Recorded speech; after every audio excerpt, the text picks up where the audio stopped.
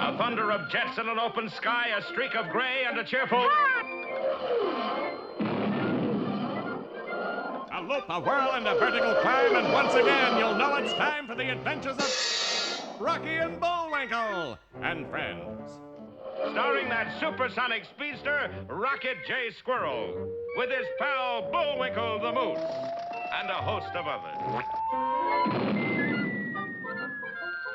Hurry, Bullwinkle! The show's about to start! I'm coming as fast as I can. Wave to the people! Yay! Now what are you doing? Signing autographs. Let's see. John Smith. But your name is Bullwinkle. I know, but that's hard to spell.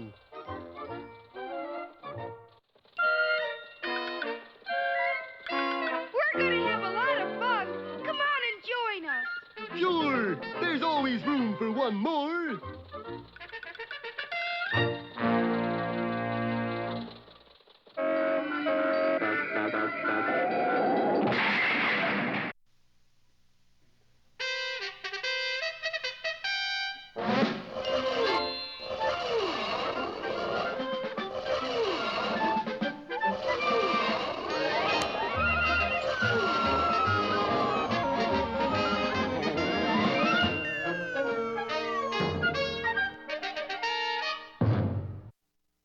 There are those who say the richest man in England was the Earl of Crankcase. I use the past tense because one day in back of his ancestral home, Abominable Manor, the Earl decided to take a swim. I shall take a short dip and then have tea. Unfortunately, the Earl was absent-minded. Not only didn't he have any tea in the house, but he didn't have a pool. The effects of the tragedy were far-reaching. Before the week was out, the 3 surviving members of the Crankcase family gathered at the law firm of Lamb, Curry, and Rice for the reading of the will. These were distant nephews of the late Earl, Filcher, Belcher, and Jay. Oh, how we grieve our dear uncle's passing. Oh, how we'll miss him. Oh, how much did he leave us? Nothing. The entire estate, consisting of £1 million note, goes to the new Earl of Crankcase. And this is what he looks like. The only existing photograph was a glossy 8x10 of a 12x4 foot. On the sole of the foot was an inscription reading, Rue Britannia. Find a foot with that on it and I'll show you the new Earl. Wasting not a second, the nephews searched their souls. Mine says, don't tread on me. Fiddlesticks. Mine says, walk softly and carry a big stick. Oh, prunes. How do you spell Britannia? It was apparent that the heir apparent was none of them. By the end of the week, the law offices were overrun with barefoot boys with lots of cheek, all claiming to be the new Earl. It was just about then that a prominent London physician made a startling discovery. This isn't the foot of a man. It's the foot of a moose. And that brings us to Frostbite Falls, Minnesota, home of our stalwart hero, Rocket J. Squirrel. Oh, I hate my uncle, but I love my antlers, 'cause antlers are a moose's best friend. Hey, Rock! Huh? What is it, Bullwinkle? Hand me my shower cap, will you? Yeah, here you are. Thanks. Anything I can't stand is wet horns. Say, have you seen the morning paper? It says here they're looking for a moose foot with Rue Britannia on it. You mean like this? Yeah, like that. Bullwinkle, your foot! Sure, it's my foot. I got another one just like it. They come in pairs, you know. But Bullwinkle... Sometimes they come in apples and kumquats, but mostly in pairs. Yeah, but those words on the bottom of your foot, don't you know what that means? Yeah, I got a scrub hardy. No, you're the new Earl of Crankcase. Notifying the Crankcase lawyer of the big news, the boys then departed for England. Here's champion news, gentlemen. The new Earl has been located and will arrive within the hour aboard the SS Flotsam. Oh, how jolly. Here, here. By the way, sir, what would happen if the Earl were to meet with a timely accident? Why, then you chaps would split the inheritance. Flushed with incentive, the nephews dashed to the nearest beach just as a channel swim got underway. Pretending to be part of the competition, the cunning threesome dove into the water and appeared to be swimming to France. However, they had barely left shore when suddenly they veered at a 90-degree angle and set a more or less indirect course for the good ship Flotsam, which had just entered the harbor. Look out this porthole, Rock. They got the strangest-looking purposes in these waters. Those aren't porpoises, Bullwinkle. What then, mermen? No, they're probably diving for pennies. Actually, they were diving for the bottom of the boat. Once there, they promptly drilled a gaping hole. Awful warm cabin we're in. Look how we're perspiring. Bullwinkle, that sea water. Indeed it was, and in a matter of minutes, the cabin was almost filled. Will this turn out to be a one-episode story? Don't miss Earl and Water Don't Mix, or next time, Take the Drain.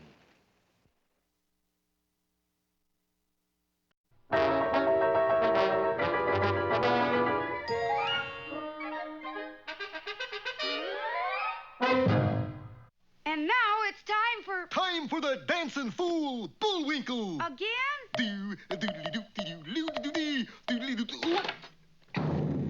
And now for one of our special fairy tales. Yeah.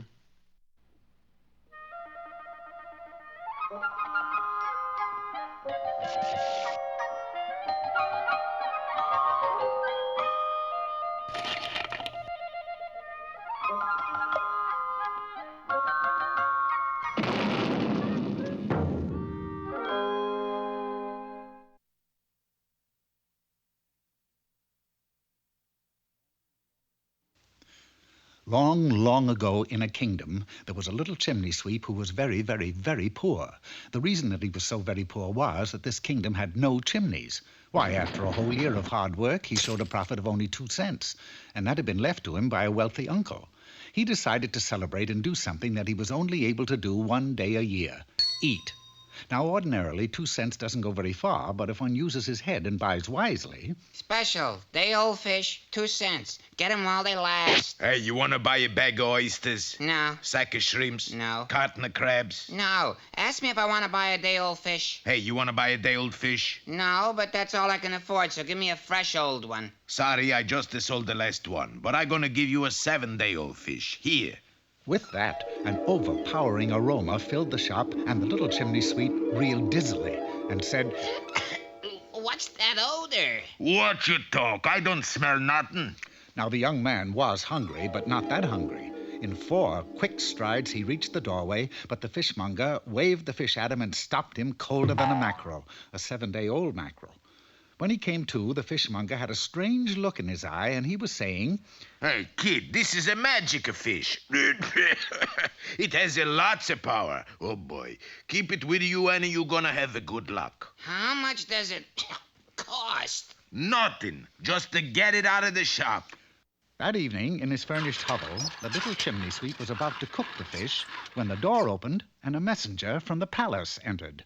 Is your name Sea Sweep? What is that awful odor? Yes, it is, and that's my dinner. What's up? The king is having a ball tonight. You're invited as the guest of honor. Me? Guest of honor? The king doesn't even know me. Well, that's a fairy tale for you. Be there at 8. The young man was amazed when suddenly the old fishmonger's words came back to him. Keep this fish with you, and it will bring you good luck. Say, that's right. I've never been invited to the king's palace before today. It must be good luck. I'll keep it with me, always. Promptly at 8, the little chimney sweep arrived at the king's palace, and the ball turned into an instant failure. Oh, good heavens, who invited you? You did, sire. The king would have carried this discussion further, but there was a certain air about the young man that prevented this. By now, the guests were leaving the party in droves, and the palace was declared off limits. The king had to act, and act fast. I must get this person out of the country. I hereby appoint you a prime minister, and am sending you to serve in my brother's kingdom across the sea. Early the next morning, one of the king's fastest ships sailed out of the harbor. Aboard were 16 cats, droves of seagulls, and 1 passenger, the little chimney sweep with an 8-day-old fish. When he arrived at the new kingdom, he found it under siege. A flotilla of enemy ships were bombarding everything in sight. As new prime minister, his duty was to save the kingdom. Not having a sword, he drew his now 2-week-old fish and boarded the enemy flagship. Stop this bombardment! Have you no sense of decency? The attacking force had no sense of decency, but it was clear that they had a most acute sense of smell, for... Retreat! And that they did most rapidly. The kingdom was overjoyed. Now I shall come ashore and minister primes for you. No, no. As prime minister, your first job is to return to my brother's kingdom and deliver a birthday present to him. Present? What is it? You. So, once again, he crossed the sea. However, halfway home, he encountered a raging storm, during which a terrible thing happened. His enchanted fish was washed overboard. Good heavens! My good luck is gone. With that, his ship was smashed to bits by a gigantic wave, and he was cast into the boiling sea. Weeks later, tattered and weak from hunger, the little chimney sweep staggered onto the sandy shores of his home, and who should be on the beach but the king, who was celebrating his birthday by having a weenie bake. The little fellow crawled up to the king and said, Happy birthday to you. Happy birthday to you. But since he had lost his enchanted fish, nothing had gone right. He was accused of being a weenie bandit and thrown into a dungeon. Happy birthday, dear highness. Years later, the little chimney sweep, gray and broken, was given a full pardon. Happy birthday to you. Of course, he didn't go back to being a chimney sweep, for he had had a taste of success, and he knew that if he was ever to rise to those heights again, he would have to get another enchanted fish. The moral to this story is that he who aspires to greatness should remember fishing might make it so.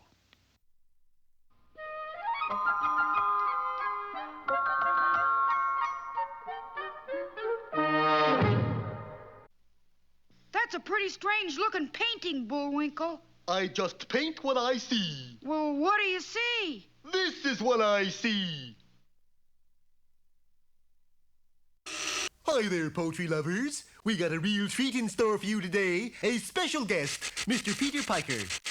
That's Piper. Yeah. Mr. Piker is the star of the well-known famous poem, Peter Piker Picked a Peck of Pickled Peppers. That's pickled. That's what I said, pickled. A peck of pickled pickers Peter Piker picked. The name is Peter. Peter Piper. And you can call me Bullwinkle. If Peter Piker pecked a pickled pickers... Brother. Where's the pickled Peter Piker picked? How's that? You got a bad case of pookles there, fella. And that's our first question. Where are they? Where what? The peppers. The pickled peppers. Oh, I'm out of the pickle business now. You are? I couldn't say it either. Hey, that's great. What are you doing now? I help my sister Susie. And what does she do? She sells seashells at the seashore. That's better. And now... Hey, Rocky, watch me pull a rabbit out of my hat. Again? Nothing up my sleeve. Presto! Ooh, don't know my own strength. Now here's something we hope you'll really like.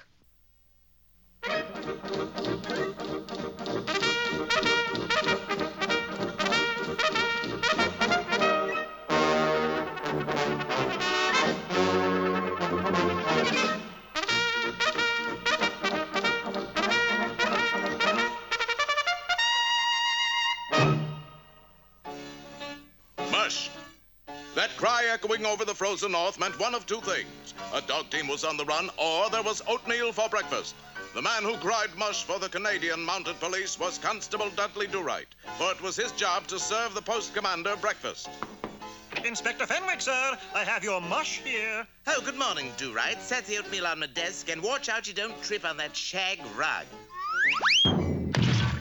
Oatmeal's a little cool this morning, isn't it?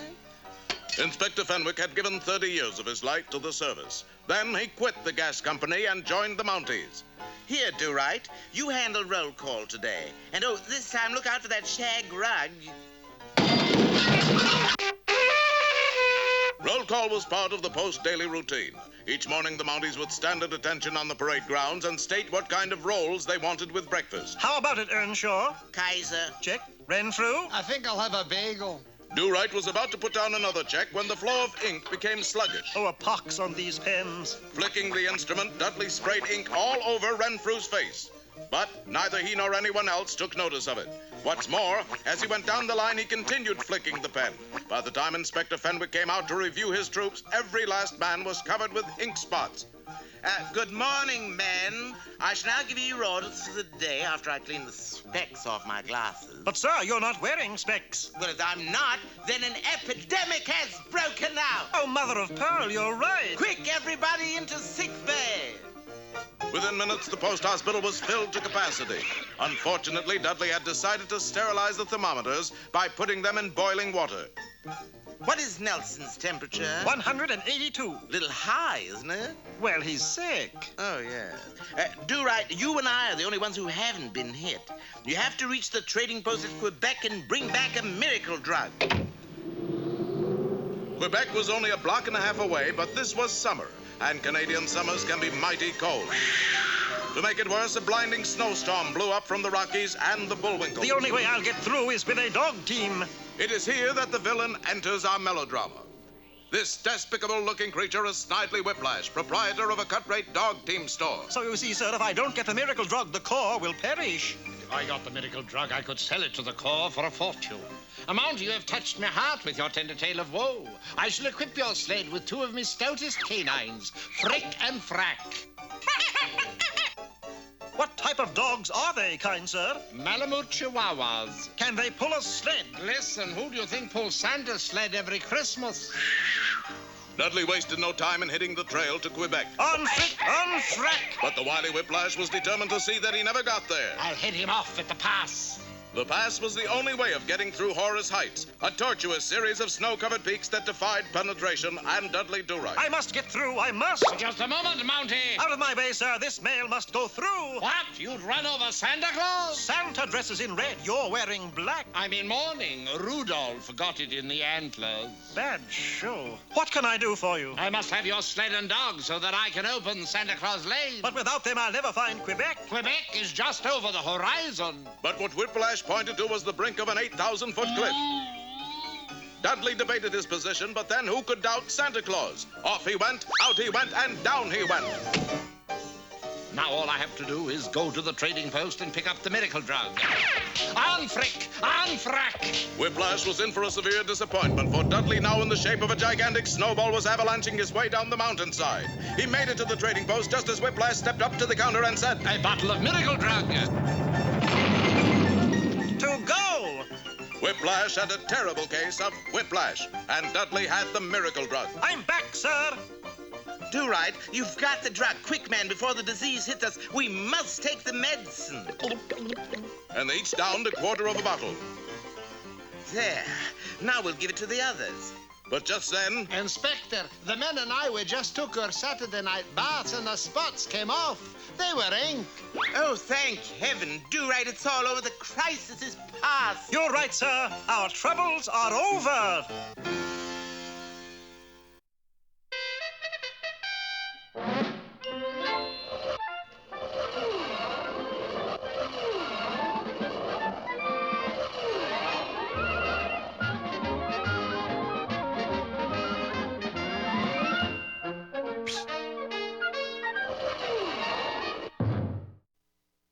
In our previous encounter, we witnessed the demise of the Earl of Crankcase, who did a 3.5 gainer into what he thought was a pool.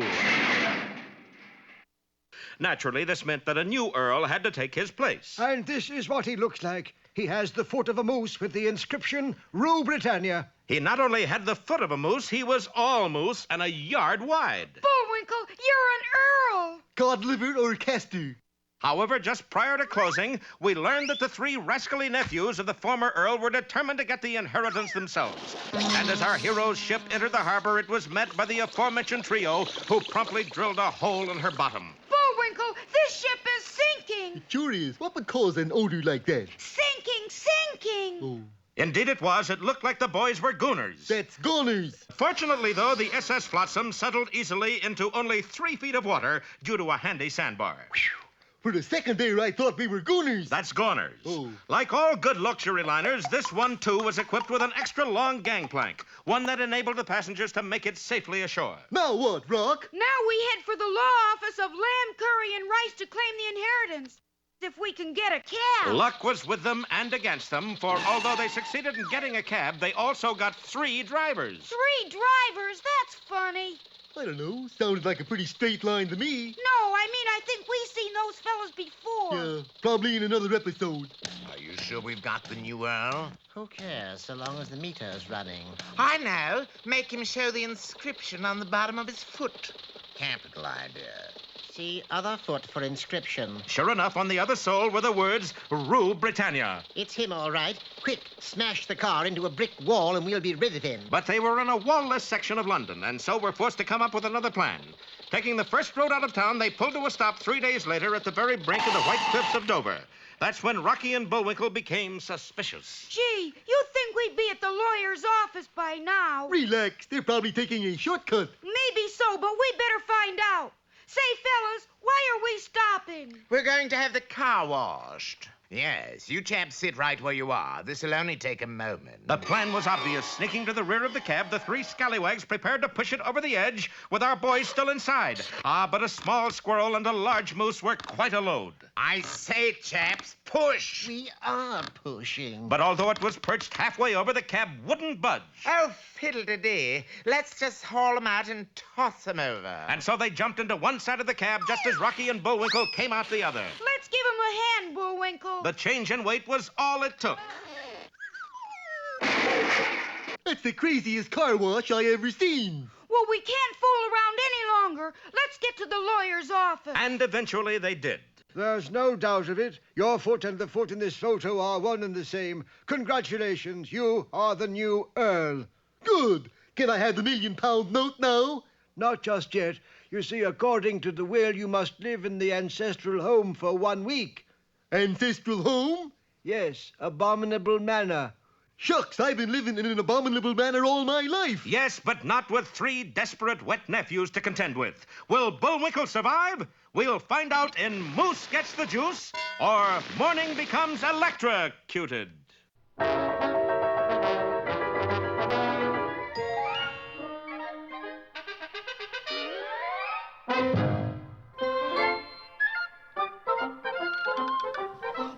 It looks as if our time is just about run out. Just enough left to tell him who the sponsor was. You got the credits, Bullwinkle? All on this itty-bitty card. Oop.